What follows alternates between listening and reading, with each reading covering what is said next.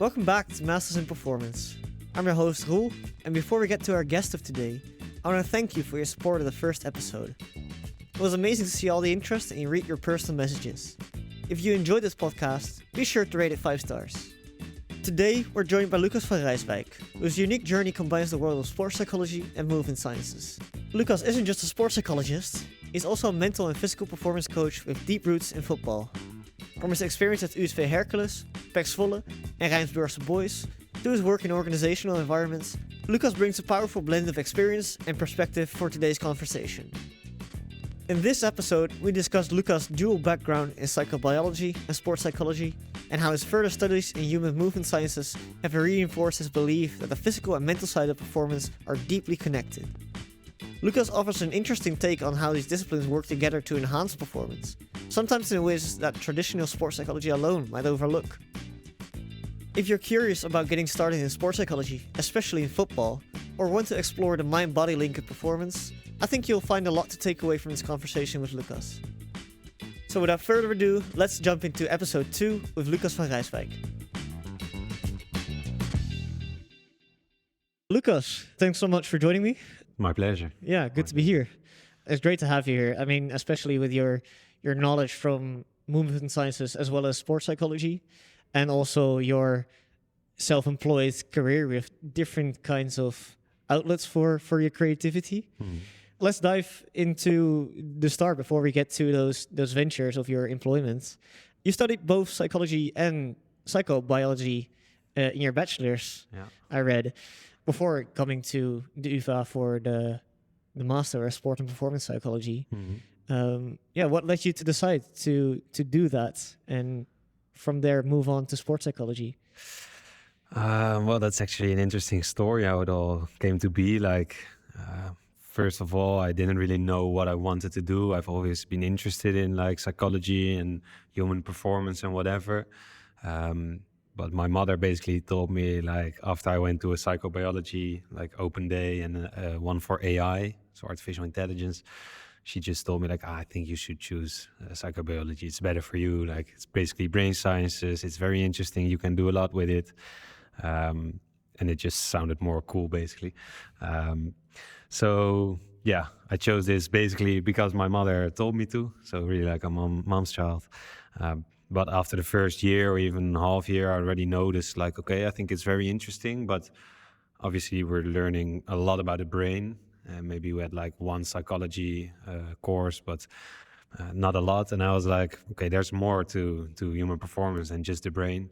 I did already notice in my first year, the assignments that I had to do, I did most of them around any kind of sports. So I did karate when I was young, or soccer, or football, whatever.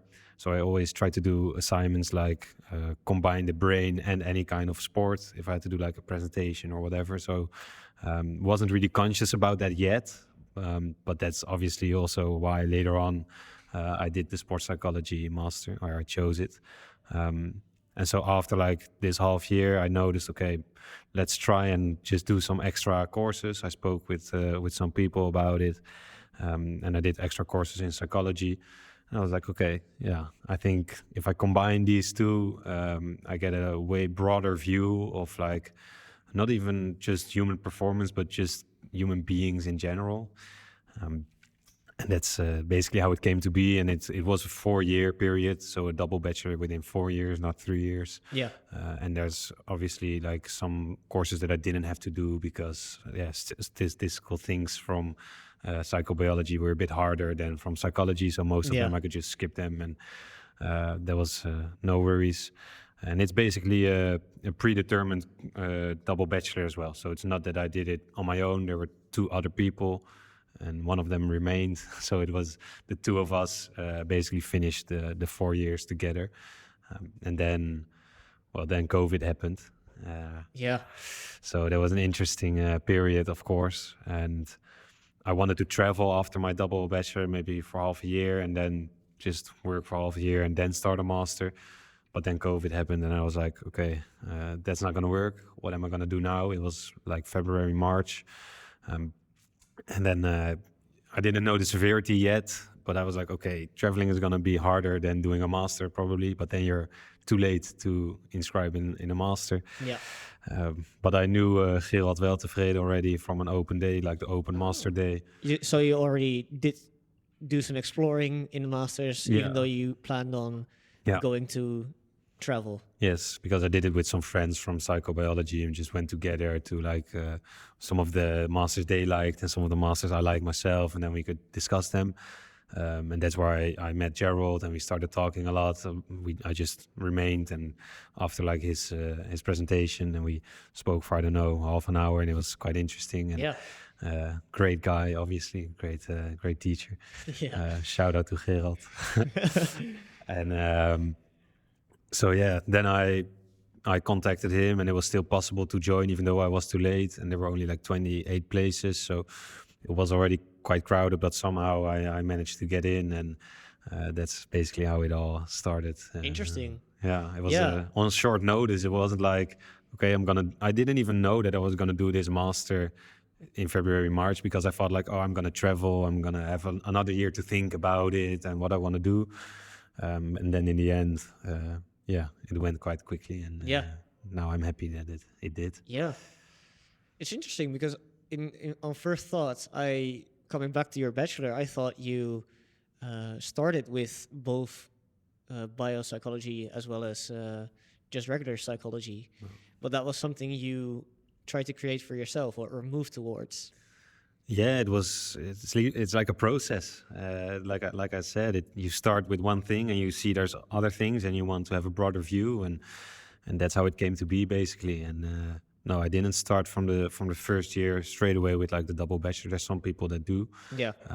But I didn't even know it existed, to be honest. And I don't think I would have chosen it as well, because in middle school, I didn't work as hard as a student, so I kind of had to get used to like learning a lot for exams, and because it's just different kind of learning. And so I'm happy that I did it in this way, because it was my first exam. I had I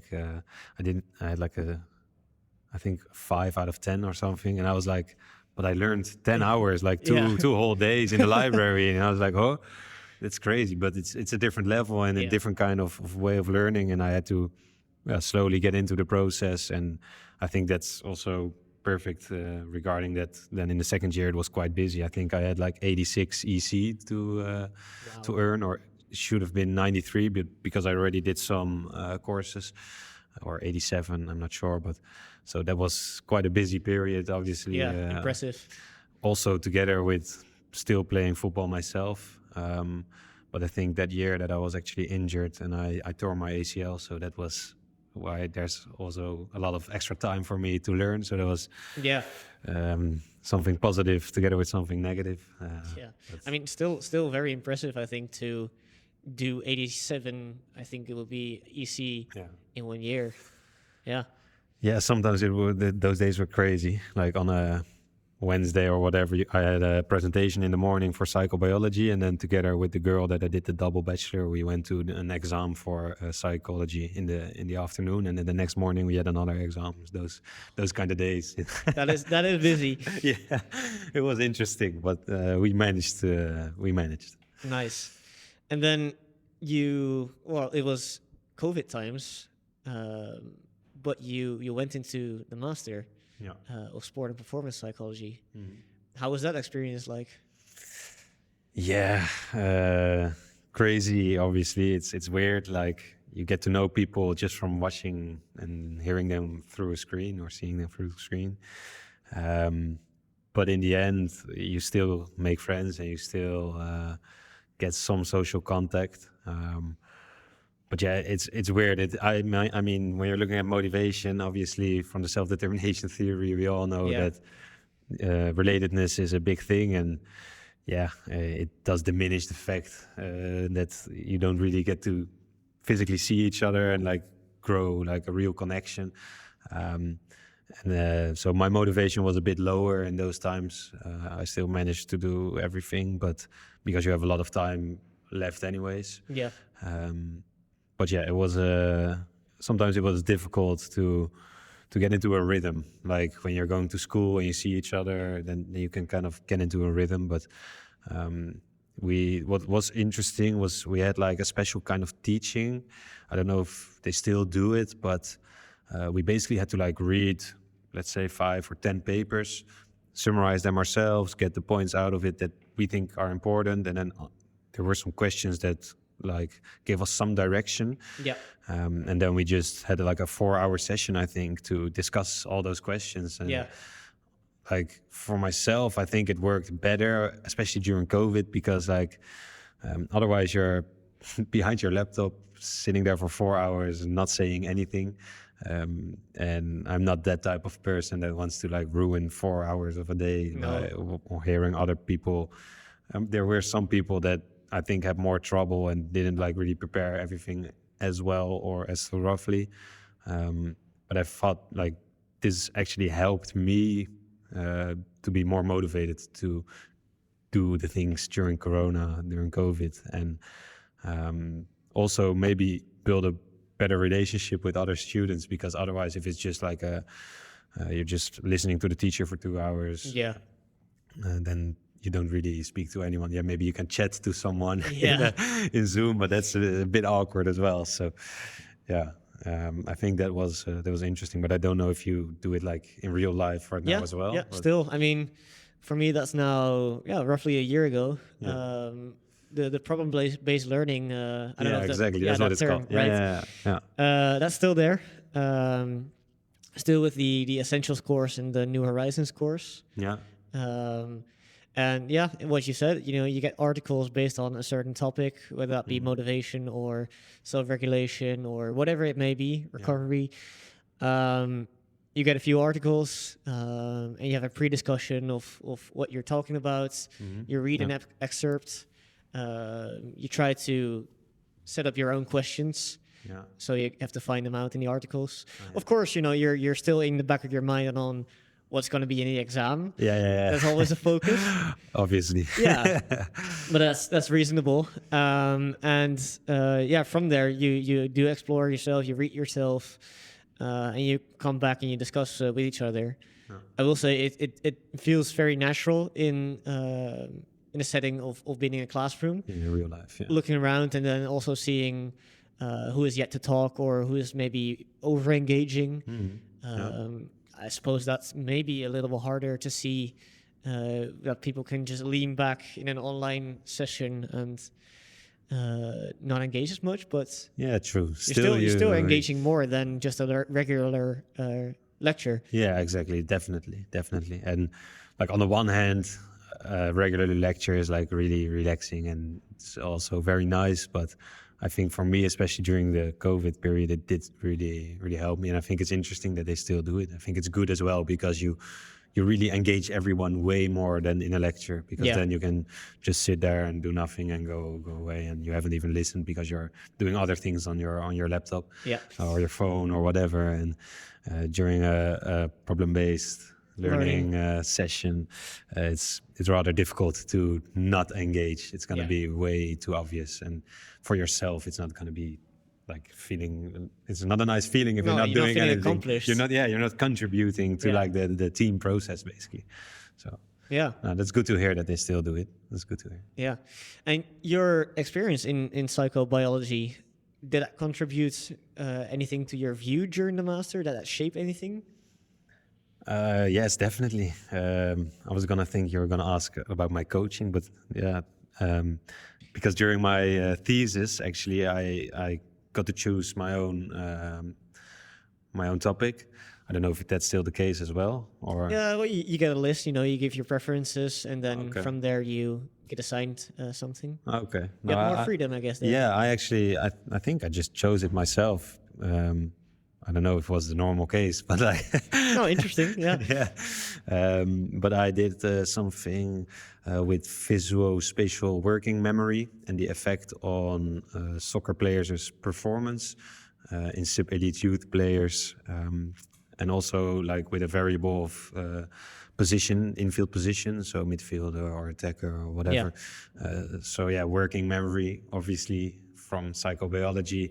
In the first year even, Ilja Slichte, Dr. Slichte, maybe it's better, from Brains First, was a teacher. And we did the Neurolympics, it's called.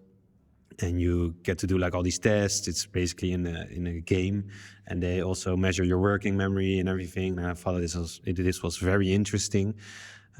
So I basically just wrote my own thesis with like some extra factors like infield position, on performance and these neurocognitive factors, which I thought was very interesting. Yeah, And, sounds very interesting. there's some theory behind it, obviously. In Sweden or Norway, I think they also do research on it. And then obviously you have Brains First. So yeah, it was really nice to dive into this literature and kind of seeing like from the first year that I started studying only psychobiology, still in my master's it returned as well. So yeah, definitely shaped my master's in a sense then. Yeah. And then before we get to your coaching, as you just mentioned, I'm very interested in that. Just a quick view, because you moved on from sports psychology, the master, to go to human movement sciences at the VU. Yeah. What was that? Yeah, what was the motivation behind that? Well, there's multiple. Again, obviously COVID. Yeah, Still, yeah, same story. And then also like I didn't really feel ready to start working. And then there's obviously multiple options, like you can do a postmaster in sports psychology. But basically, as I explained before, I enjoy and having a more broad view. And then I saw a lot of people doing human movement sciences at the VU. So I thought like, okay, that's interesting. I've always been interested, and at the Hercules, where I also worked for the past years, and I've always played myself before I stopped. I was also working with like the physical side a bit. I was aiding them, helping them. So I was like, okay, it might be interesting to maybe one day combine them or see as well, like, because there are some sports psychology courses as well in this master at the VU. Yeah. So I was like, okay, maybe it's interesting to see whether they have like a different view when you do sports psychology courses from a master in human movement sciences. Then again, I didn't have to do all these courses, so I got like 12 EC free, which is also nice to have some spare time. And actually, I did start kind of working at Hercules as a sports psychologist and a first team assistant coach, like the combination of those two, and then did the master besides it. So yeah, my motivation was to have, again, a broader view, and then more about human performance though. So not just about the human beings in general, but I think human performance, the physical and the mental side, you're unable to disconnect them. They're so interconnected through the brain as well. Like when you go to the gym, you get back, you have all those endorphins, adrenaline, whatever, you feel good, which is a mental thing. And so I think it's interconnected way more even than we think still nowadays, maybe. Also when you maybe perhaps only do like the sports psychology master, I think it should be an option to have one or two courses which intercombines them.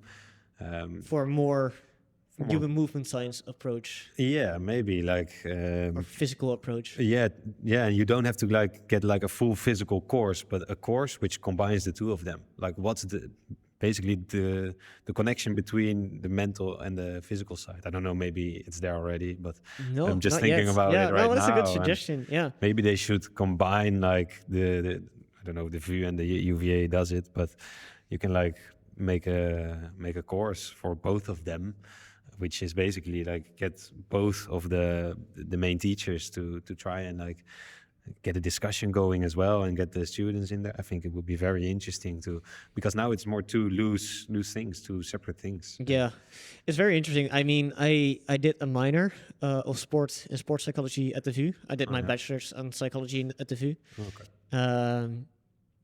Then did the minor, and you work with Raoul Audians. I think is probably a familiar name to you. Yeah.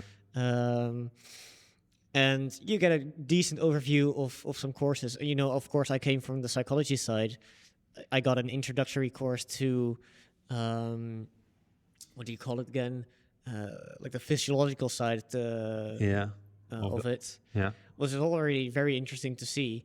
But did you experience that there was a difference in approach between how sports psychology is viewed from whether that be a psychology view or movement sciences view?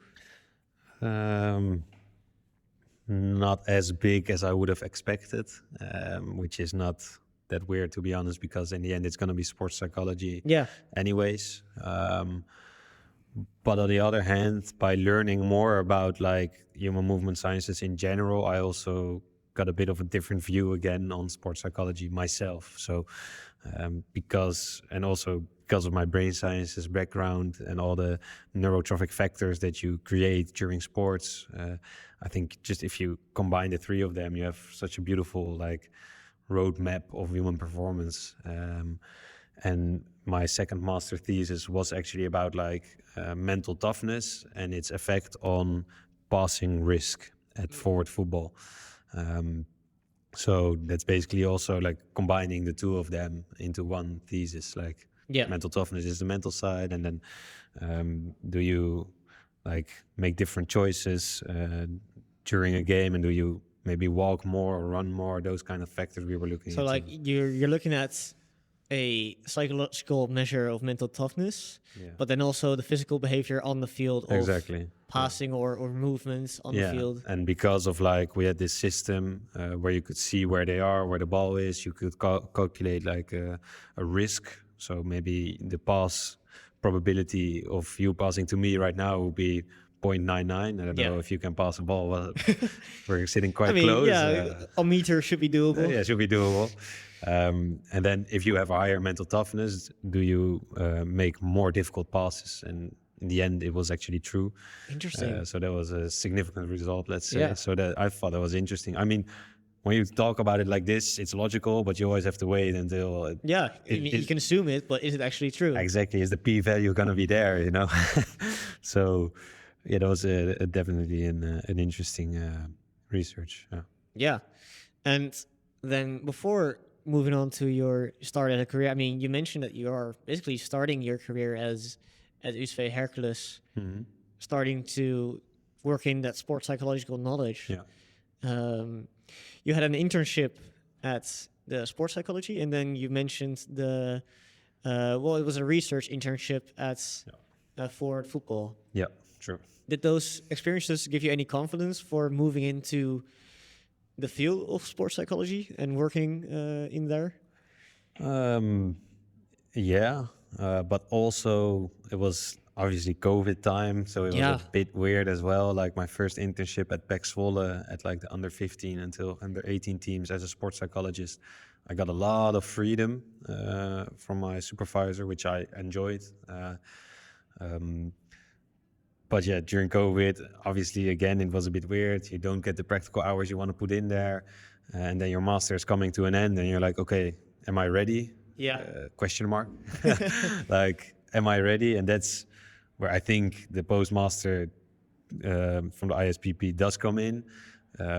But I was like, nah, I'm going to do like the human movement sciences. But my, I think, biggest advantage was that because I've always played at Hercules at like the first teams, and then I had to quit at like 21.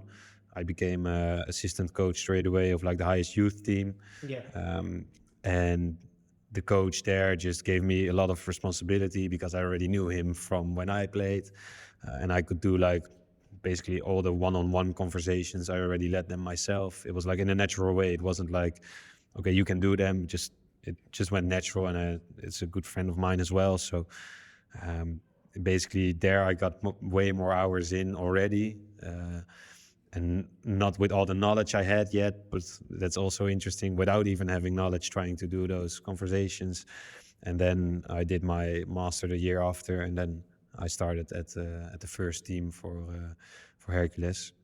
So it's the combination of those things, I think, that did give me enough confidence in the end. But there was more of like insecurity during COVID of like, okay, what am I going to do with my master? Is there enough to do anyway with this master? Because you can do a lot of different things, but you have to be able to see them and believe that they are there, and believe in your own competences, and have like the confidence that you can do it.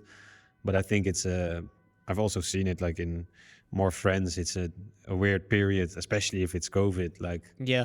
difficult to see everything that's out there that you can do with the sport and performance psychology master. But in the end, it's also something, I think it really depends on your personality as well. And if you get through it, I think then you can manage great things. Yeah. So then moving on to the start of your career, I mean, you got your start at USV. That was a great confidence builder. Can you describe the various roles? Because I mean, I've looked at your LinkedIn. There's quite a lot there. Can you generally describe what your journey has been in the career so far? I'll start at Hercules then, Hercules. Because so the first 2 years I was an assistant coach basically only at the highest youth team. And I did like one coaching course, but from the KNVB, so really as a football coach, not as a mental coach or whatever. Obviously I did the master, so and then there was like not really, you don't really get paid for it or whatever. It's just basically as a volunteer, because I just love the club, I love the game, but I couldn't play myself anymore. Yeah. So then I got asked to go to the first team, and I was like, yeah, let's go. I was 23, so still a bit young. So on the one hand, it was a confidence boost. On the other hand, you're like, okay, am I gonna manage? Like, when I was young, I looked up to all these guys, and now I'm gonna have to be the mental coach and the assistant coach. So I got to be the assistant coach and the mental coach. But the mental coach, obviously, this side was new to them, and nobody knew anything. So I just got complete freedom, and the head coach, René van der Kooi, gave me this freedom as well. In the beginning, it was a bit like, okay, what are you going to do? How is it going to work out? No idea. Are you going to tell me anything or everything? So we had to figure it out, but he trusts me. I know him from way back already, like 15 years right now. So as a player, he was like the head of youth development. So I already knew him from that. Yeah. And he was the head coach. And then basically, I was the assistant coach. We had two. One was more tactical for the team, and I was more for the individual, on both technical, but also a bit of physical and mental development, basically. So René really believes even in the first team, you have to develop players. We have to develop players. And especially at Hercules, where like more than half of the team comes from the youth academy, it's such an important thing to keep developing them. So it was great to get this freedom, and we actually started like a program which is called PO, Programma Individuele Ontwikkeling, which means program individual development, basically. Yeah. And we have like high potential players at other clubs, they call it the master plan or whatever. Most of the professional clubs have it, but I think we are one of the only, let's say, amateur clubs that actually also have it. And we do like a lot of data collection, so physical, but also mental through a questionnaire, technical and tactical through the technical manager, the head coach, whatever. And then we combine all those things and make a personal development plan for the players. So that was basically my role over there for like, let's say 3 years. One of the years I went away, to be honest, for half a year, and I traveled. Then I came back, and I didn't really become the assistant coach. I became the head coach of like the second team, which played on Saturday. So it was a different role for me, and interesting to see how I felt about that role. But I did also help the players from the first team as a sports psychologist still. Yeah. And then after last year, things turned for the good, I think, for me and René. We both went to a different club, Rijnsburgse Boys. Yeah. A beautiful big club, one level higher. We're actually first now as well in the second division. Very nice. We're enjoying ourselves.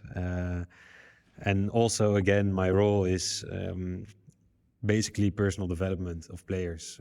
May it be mental, may it be physical. I do all the physical things as well from my human movement sciences background for the whole team. So the periodization, core, sprints, exercises, but we have a gym as well. So I make plans for them and whatever. We do tests. And other than that, we have data. So I do the data analysis. So that's like a whole job, 3-in-1 job, let's say. And then on Mondays, I'm still at Hercules to still, let's say, manage the PO plan for all the players. And we have like other people, sports psychologists at the under 21, under 19, under 17, and I kind of guide them through the process. And sometimes they join me for conversations with players, or I join them, so we can help each other, or they can see how I do things, or I can help them or see how they do things. So that's basically what I do in football right now. Yeah, very interesting. The point of combining that knowledge of movement sciences as well as sports psychology. What do you find that you are most able to utilize from your knowledge from the master at the UvA in your work at the football clubs? Ooh. Because I mean, you talk about the implementation of the periodization of certain exercises, or from that side of human movement sciences. Mm-hmm. Yeah. What kind of topics do you most apply from the sports psychology side? Well, I think the most important thing that I've noticed myself is that there's two main things that I've taken away from the master or coaching or whatever.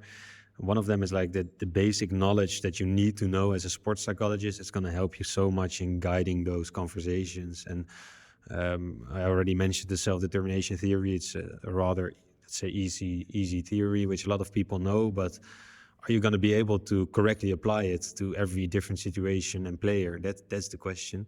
And you do get prepared for it, obviously, and you need to know the theory. And I think those theories, when you have them in your mind, you can, during a conversation, you can basically open like the folder of this theory, and then and afterwards look at it again, and then contemplate or think about it, like, what am I going to do? And I think those theories, when you know them, even though you don't even have to explicitly know them. You don't have to explicitly remember the entire article. Exactly. They guide you through the coaching session, I think. And sometimes I even explain theories to certain players. So I think that's very important. And on the other hand, we obviously did some things like during the master course where we applied some, let's say, coaching techniques, like how do you talk to someone, what kind of questions do you ask, and this might be controversial, but obviously I did take a lot of things from it, but I also kind of apply my own style. I read a lot of books about it as well in different kind of psychology fields, and I think every coach should, in the end, get their own style. Nonetheless, all the things you learn, you take a lot from them and you can apply them still, but I'm not a type of coach that mental coach that only asks questions or whatever. Like, obviously I also work in a football club. It's basically a part of your social life, or your they become friends if you go through all the highs and lows together. And so I'm not going to be there like a distant observer or a clinical perspective. Exactly. Like I might call it even like a robot, which is like only asking the questions. No, I'm also gonna, sometimes I'm sharing something about my own life or whatever. And you get a special connection with players then. And then because there's still like, for some players, a mental coach, they don't know what to expect, literally. Sometimes even players like a few years older than me also tell me like, I don't know what to expect. And then but then they also tell me like, because you sometimes also share some things, it's basically like you're a very good trusted friend. And it opens up the door. It definitely opens up the door, and especially for people that are not used to sharing things, may it be a Dutch person or like because they don't do it at home, but also in different cultures, it's a different approach to sharing emotions. When you share things, they share it twice or three times as fast. And it's not that I'm sharing all my own problems continuously, but I do try to see what the player needs, apart from whether it be physical or mental or whatever. Like if we're focusing on the mental side, like I think that's the most important thing. It's not, maybe sometimes they do need someone that only asks questions, but if I see a player struggling and it's very difficult for him to share things, I might share a little bit of myself, open up the door a bit, share a bit of my maybe even a trauma or whatever that is like connected or in some way similar, and I can explain some feelings that I felt. And this is obviously not something that you learn during the masters, but No, but I mean, also I think this disclosure was given to me at least. I don't know if it was in your year as well. In my bachelor, I had a few courses on gesprekstechnieken or coaching skills. yeah, As well in the minor and then again in the master. I think in every course you pick up something, and as Gerald said in my year, you only have so many hours during this course. You're not going to go from a starter, a beginner, to an expert coach or an expert listener. yeah, definitely. So I think it's only good that you continue to explore that, what works for you, what reactions do you get. Yeah, exactly. And that differs per person or per coach as well. It's not that there's one thing that's good or whatever, one size fits all. I don't believe in it, but let's say I believe in my own way of coaching. I hope that it works. Yeah.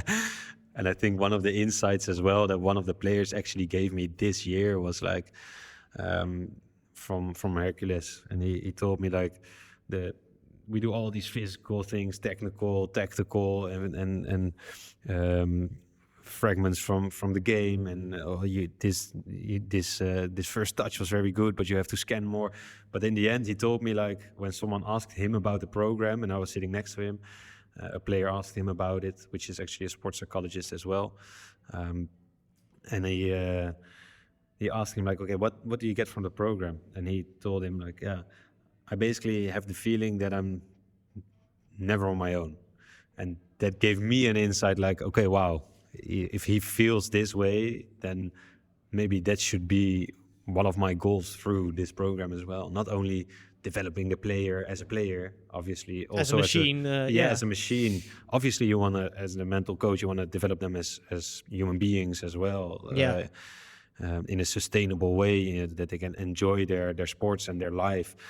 But if he said something like that, and I was like, okay, wow, yeah, that's basically what you want and need. Just like let's say a partner in life, like a relationship, is also you want someone that's there for you in the good and the bad times, and is going to stay no matter what, and that you never feel alone in some sense.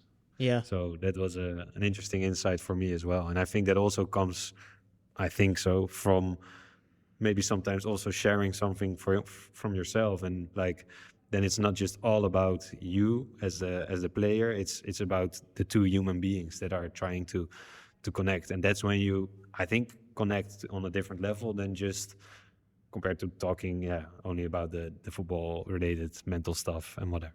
Yeah. Great stuff about the football side. Yeah. But there's more.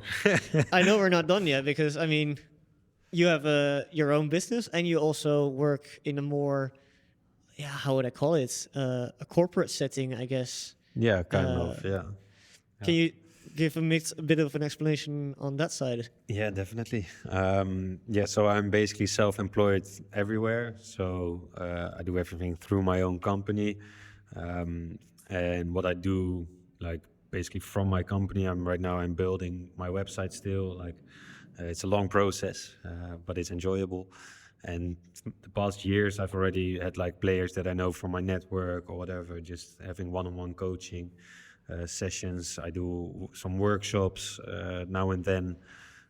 After we beat Ajax with Hercules, which was like the big cup upset last year, the coach and I got to do a decent amount of workshops all of a sudden. So that was interesting. And then I do, corporate maybe isn't like the best. How would you describe it? Yeah, first I was at Ubuntu Sport, which is a great company, but it's not that big. It's not a corporate company or whatever.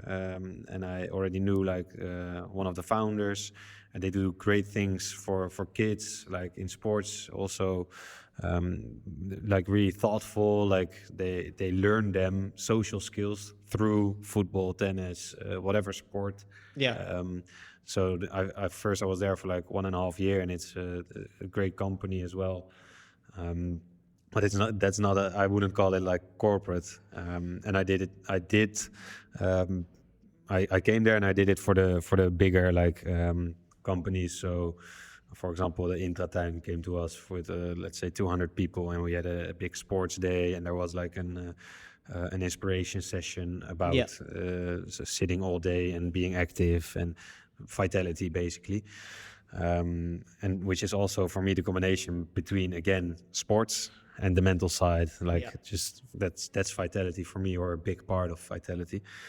And now through actually Ubuntu, I'm also working for Dhaka, which is basically a sport retailer, but they have a nice side project which I've led for the past, let's say, 1.5 year, which is they have like a vitality scan, which is a body scan, and it's rather interesting, all the information that you get out of it, because it's not only about like body fat percentage and muscle mass, it's also in there obviously, but also your blood circulation and stress, how tired you are from multiple heart rate variability factors. So it senses it a lot, and I think it's very interesting, and we do it for big companies, so like big tech companies. So we go there with a trailer, for example, and then we scan 100 people, and then we give them individual reports and individual advice, and then we later give them like to the company an anonymized overview of their results. The analysis of their company. Basically, and so we give them advice as well. So this sounds like a lot, but now I'm not really doing a lot for Ubuntu anymore. Sometimes from week to week I do some stuff, obviously still. And for Dhaka also from week to week, but it's like 10 hours a week, maybe 15. So is that a good? Are you able to balance all those kind of different projects? Sometimes it's a bit much. The thing that is a bit much for me to balance is basically like I have quite some players at Hercules that I know very well, and they want to talk to me, and it, one-on-one conversations, sometimes they take an hour. So it takes a lot of time, and then when I'm free on a Friday night and a player asks me like, hey, can we maybe talk on Monday? I'm like, why don't you just come over if he's basically my age, and we have some dinner together and we talk as well. But I think that's a beautiful way to fill my time if I am free on a Friday night. There's nothing more beautiful than something like that. But because there's a lot of players, sometimes it's a bit hard to give them all the energy that you want to be able to give them. So that's something I think everyone should watch out for, obviously. But like I'm still definitely managing, and you just have to let's say pick your fights. And I think it's such a beautiful cause, like trying to give sports psychology a nice overview, like a nice. People have to think like sports psychology as a positive thing, and I think at Hercules we already managed that, and now we're trying to incorporate it a bit more in Rijsburgse Boys as well. And it gives me great pleasure to see that these clubs want to invest in it as well, and maybe even that I'm, let's say, a part of this process for the clubs as well. So it's let's hope in 10 years there will be way more clubs, even at the second division level, with someone like me, let's say. Yeah, it is interesting. I mean, you mentioned it before the interview that you're one of the few sports psychologists in more of the amateur clubs in football that are working with sports psychologists. How does that come about? Yeah, I think most of the amateur clubs don't know, if they do know it exists, but obviously there's not going to be enough financial possibilities. The thing is, at Hercules, it's been my youth club, my boyhood club. Yeah. So I've been walking around there for more than 20 years right now. So it's also not that I'm there for the money or whatever. It's not my job. It basically was like my passion, and I got to do it at the first team, and it still wasn't like a job, but it was just where I could not be myself, because you're always trying to be yourself, but like this passion that you have, and you can exercise it, you can see how you develop yourself, you can be creative with it, because I could just do anything I wanted. Yeah. As I told you, René, he gives me all the freedom. Obviously sometimes if I need to tell him something, I do, but then I always ask the players. But yeah, and then now we went to a different club, and basically they needed a new physical trainer. And René said, yeah, maybe you should take Lukas. We haven't been working with him a lot. He's a human movement scientist, and he can do a sports psychology as well. And I basically told them, I'm not only going to come for the physical side. That's for me, not enough to really give me the energy that I need. I want to be able to do more. So then we combine it with like the individual development as well, which is not only physical, it's also mental, and it's also technical and tactical. So then you have, for me, what's basically like the perfect combination of my competencies, but also my passions. Yeah. Now, it's great to hear about your passion. It does really clearly come across. I hope that's a good thing. No, it's definitely a good thing. I mean, not everyone would be able to, or would have the energy or the passion to, at a Friday night, sit down with a player, and you describe it as what more do you want? That's great to hear, right? Yeah, definitely. I mean, it's not going to be every Friday night, obviously, no, of course. But like, no, yeah. I mean, let's say I get a lot of like deep satisfaction from helping these guys. And the thing is, when they approach me for a conversation or whatever, it just, it breaks up, or it gives you a lot of energy. Yeah. So that's just beautiful to see. And I do feel like a club needs to adjust. A club needs to see what kind of impact it has. And to be honest, at some clubs there are some let's say elderly people that don't really see the positive side of sports psychology. Like, they just have to kick the ball into the net. The old mindset. Old mindset, and it's okay, and you have to deal with it. And I've dealt with it a lot, but still, then you have to remain confident in your own vision and see what it does to the players and how they come back to you. And that's why I think it's special that René and I now went to a different club, and it's going very well up until now. So yeah, that's also we try to change the culture bit by bit. It's not easy. You have to take everyone has to be on board. But I think that gives a lot of fulfillment to see those processes work out. Yeah, great, man. I want to. The skills you had to develop. You mentioned before that you are now in a leadership position at USV Hercules. Yeah. Also guiding other sports psychologists. Yeah. What kind of skills did you have to develop for that? Is that something natural for giving advice? I think you learn from your own mentors. So you have to look for your own mentors first, and you definitely shouldn't choose a mentor quickly. And through that, I think I've learned how to be a mentor that I really admired or enjoyed as a mentor. And obviously leadership skills, I think they are developable, but I think also you need to have them in you for, like, let's say 50-50 or whatever. Yeah. So it's also as a coach as well, especially at the football club, trying to connect to the players or other sports psychologists. It's also, how are you yourself as a person? Are you an open person? Are you positive? Are you, so I think that's also like, if you are an open person, you're positive a lot of the times as a sports psychologist, which is quite important, I think. Yeah.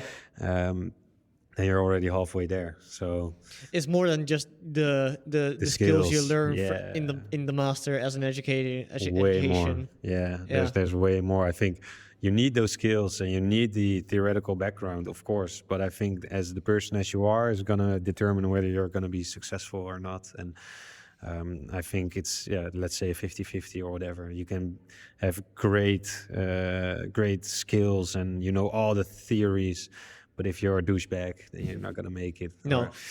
And it's not gonna satisfy you as well, I think, to be in a position as a sports psychologist. But maybe from ego orientation, you want to be at like a high club or whatever. But Yeah. no, I think that's the most Fulfillment. important thing. Yeah. Yeah.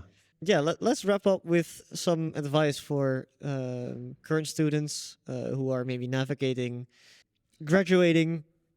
You have a wide range of experiences. I mean, internships, multiple careers, in being self-employed. Yeah, what kind of advice would you give to students who are trying to find their own path in sports psychology? I think if you really believe it's your own passion, then take it slow.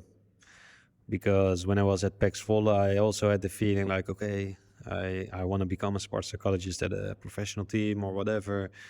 But it's not that easy to accomplish this, or because also we all think the professional clubs have loads of money and whatever, but at the youth academy, it's definitely not the case. So take it slow, take your development seriously. And yeah, I think those are definitely the most important things, because otherwise, if you're going to continuously compare yourself to people that have been working for years and years and you want to go fast, it's going to be detrimental to your own confidence, to your own development as well. So take it slow and focus on the process, which is basically what sports psychology is about. Yeah, focus on developing yourself. Exactly. Yeah. But also don't over focus on self-development. I think nowadays it sounds weird after what I just said, but people are so focused on developing themselves and continuously like get up at 5 a.m. to go into an ice bath or whatever, like maybe over exaggerating. But I think also just remain yourself and don't start self-focusing too much, because you're going to have maybe you're going to see so many insecurities then, and that's not going to work either. So also find the balance. Yeah, be satisfied with what you have currently. Oh, that's so important. Right now, if you ask me whether I'm satisfied with the positions I have, yes, I definitely am. But if a few years ago, like I said, I really wanted to be at a professional club. But then I think it's my ego thinking and my ego saying like, yeah, you have to be there to be successful in life. But when are you going to be successful in life? It's probably when you're satisfied with what you're doing. Yeah. That's going to be as close as you can get to being, successful in life, I think. And I think satisfaction is an interesting term because for everyone, it's so different when you are going to be satisfied. Actually, in one of my LinkedIn posts, I asked the question after one of the old players of Hercules got an interview, it looked like he was having fun again on the field. It's actually a good friend of mine as well who plays at Rijnsburgse Boys right now. Yeah. And I asked the question when are you satisfied on my post, because I think we are always looking for more and more and more, and that's again when you're going too fast and you're having these thoughts of self-development all the time. But if you always want to improve yourself, if you always want to develop, when are you going to be satisfied with what you have? Wow, that's some food for thought, Lucas. Your journey shows how important it is to embrace each step of your development without rushing.